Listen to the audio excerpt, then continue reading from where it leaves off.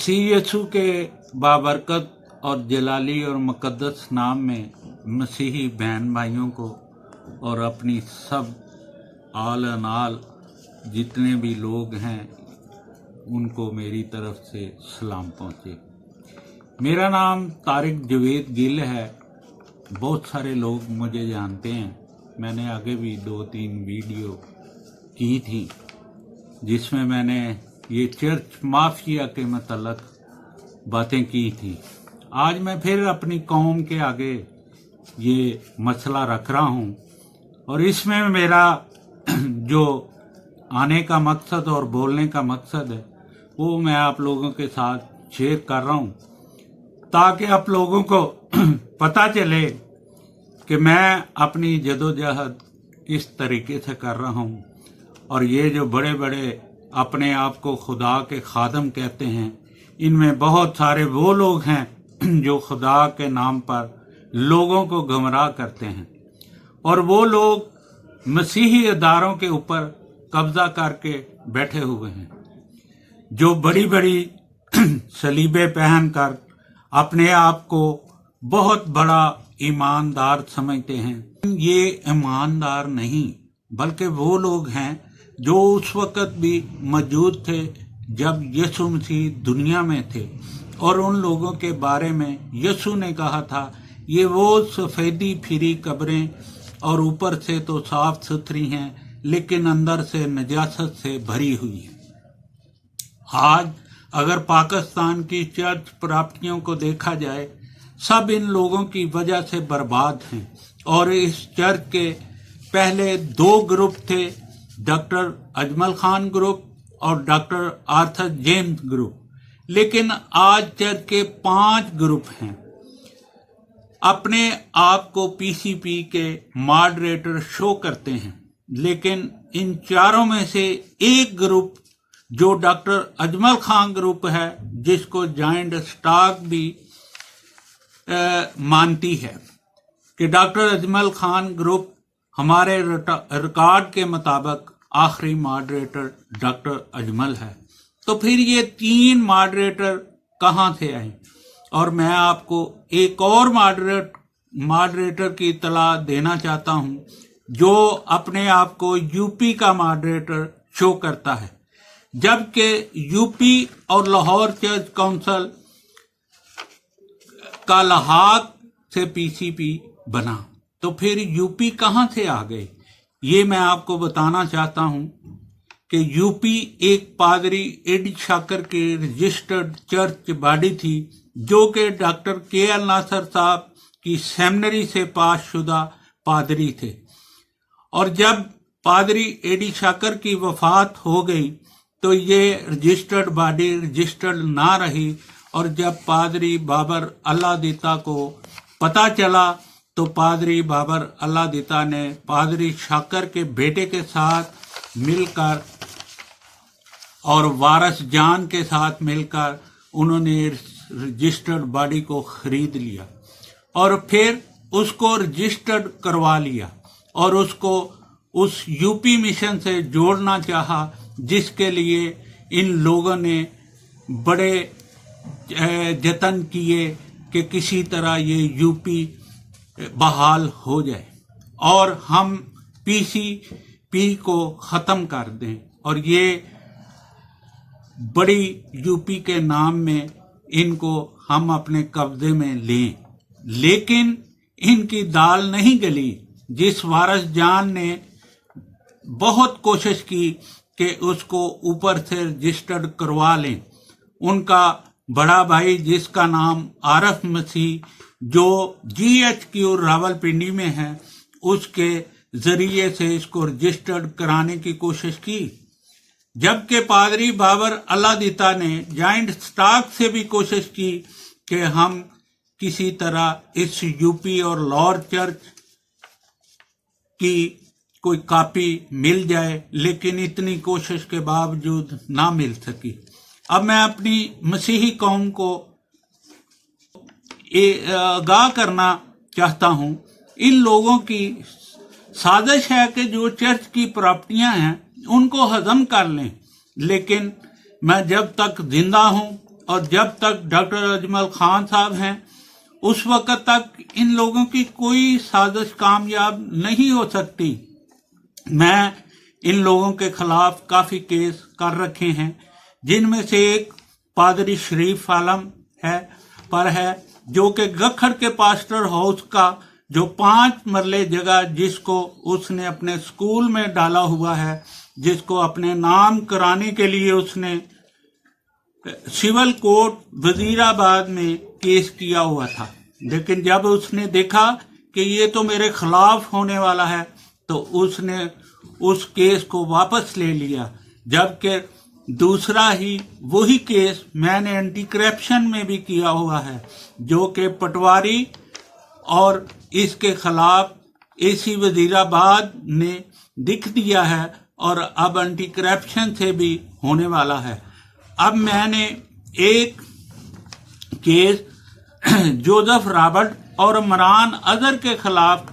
किया हुआ है, जिसकी अपील उन्होंने सेशन कोर्ट में की, लेकिन वो भी खुदा के फजल से खारिज हो गई। ये ऐसे लोग हैं कि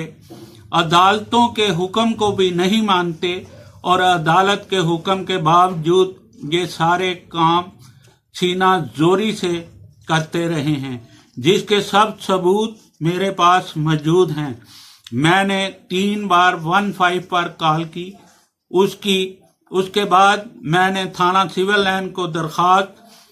दी, लेकिन थाना सिविल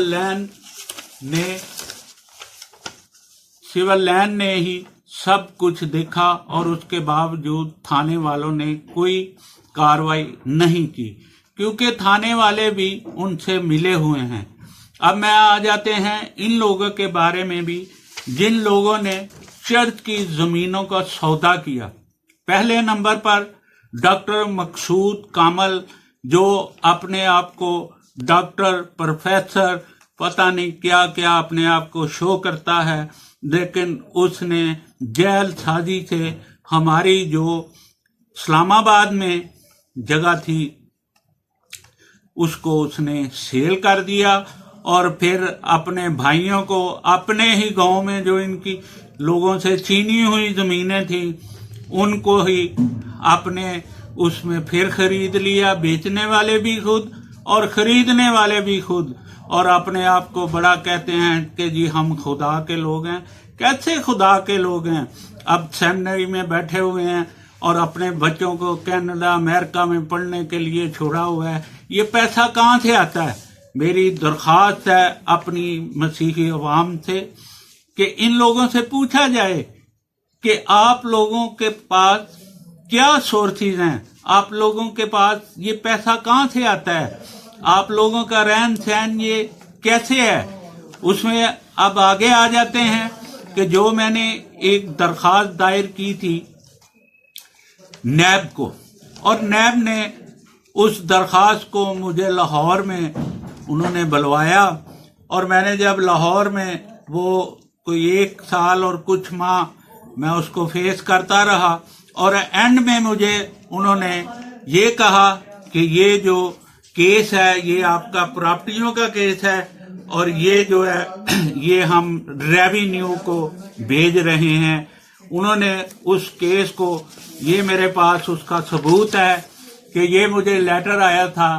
2/7/20 को कि ये आपका जो केस है हमने रेवेन्यू बोर्ड को फॉरवर्ड कर दिया है, और उसमें जिन बंदों के नाम हैं उनमें सबसे पहले है पादरी शरीफ आलम, दूसरा है जनाब मकसूद कामल, तीसरा है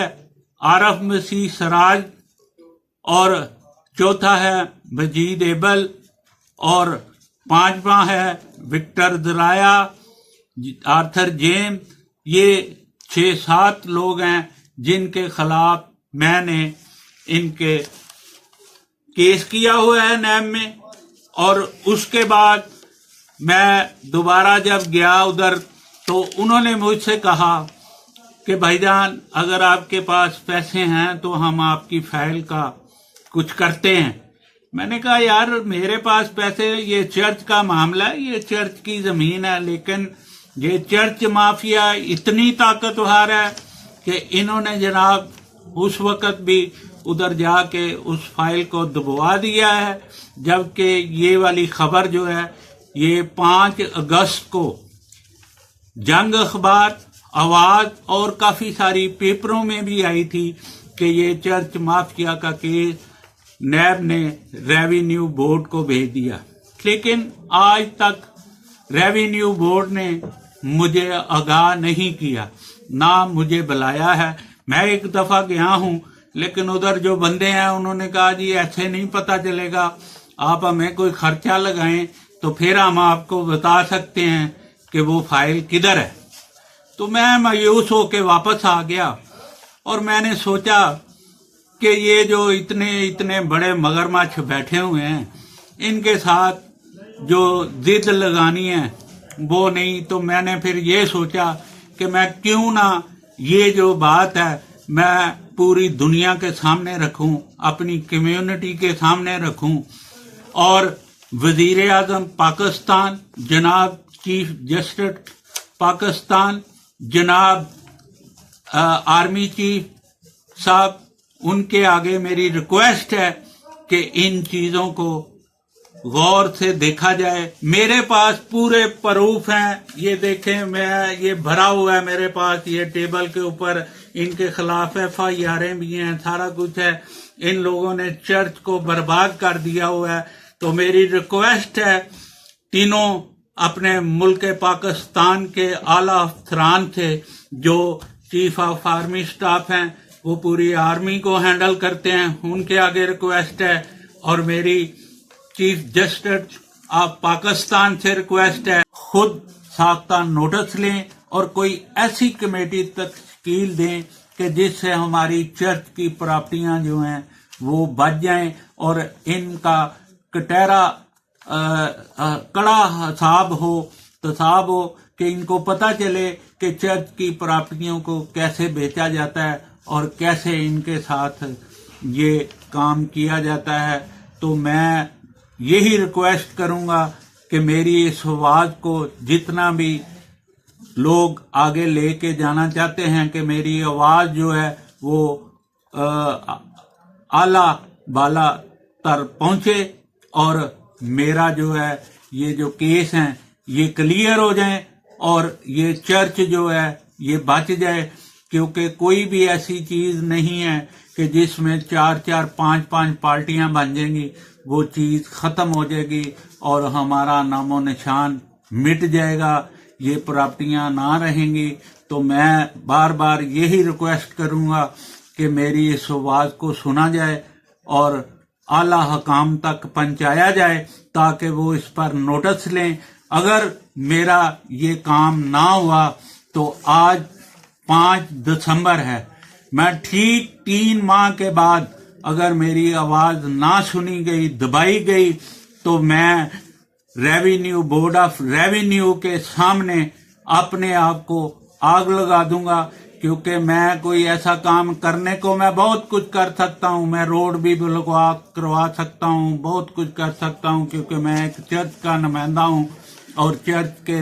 نمائندوں کے پاس اتنی اتھارٹی ہوتی ہے کہ وہ بندے اکٹھے کر سکتے ہیں۔ لیکن میں اس سے لوگوں کو پریشانی میں نہیں ڈالنا چاہتا، میں صرف حکومت وقت سے تقاضا کرتا ہوں کہ میری اس آواز کو سنیں